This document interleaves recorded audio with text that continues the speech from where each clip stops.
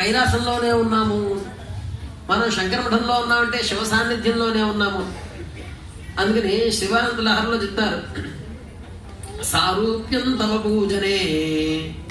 అని. అంటే మనం స్వామిని పూజ చేస్తున్నామంటే కాయము మూడు కూడా ఏకమైపోతూ ఉంటాయి. అలాగ ఏకమైపోతూ ఉండే విషయాలుగా కాకుండా ఆ మూడు కూడా మంచి విషయవసేన సమేత సుబ్రహ్మణ్య స్వామి సావధాన సానో దేవి సహ భాషన్మయచ్చతు భద్రభూ నమస్తిష్టాపి చాచలి సంతో మాత్వద్రాష్ట్రవసభషత ధ్రువాద్యోర్ధ్రువాపృథివీ ధ్రువం విశ్వమిదం జగత్ ధ్రువాః పర్వతా ఇమే ధ్రువో రాజా విశామయం ఇమే ధ్రువావ్యధిష్ఠాః పర్వత ఇవాపి చాచలిః ఇంద్రేవేహ ధ్రువస్తిష్ఠా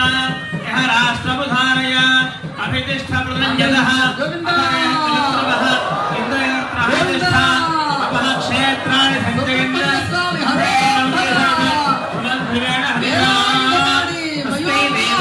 సంజయంత బ్రహ్మణస్పతిః ధ్రువంతే రాజా వరుణో ధ్రువందేవో బృహస్పతిః ధ్రువంతరింద్రశ్చాదిశ్చరాసంధారయత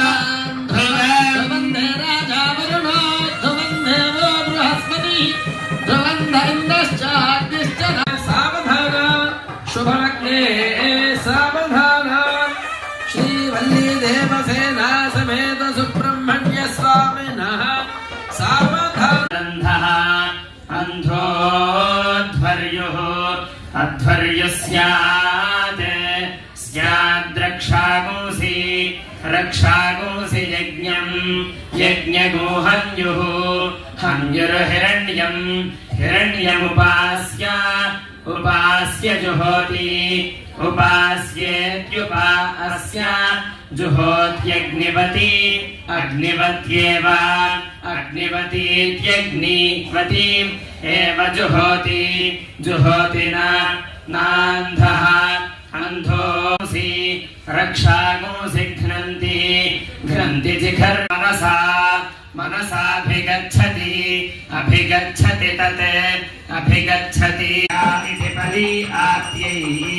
అభ్యతో నష్టుభాయనోస్తుప్ తస్మాన్ మధ్యతః కరోతు విష్ణు కరోతు సంపదః సంపదః శివః కరోతు శివ కరోతు కళ్యాణం కళ్యాణం సర్వత్ర సర్వత్ర విజయీ భవే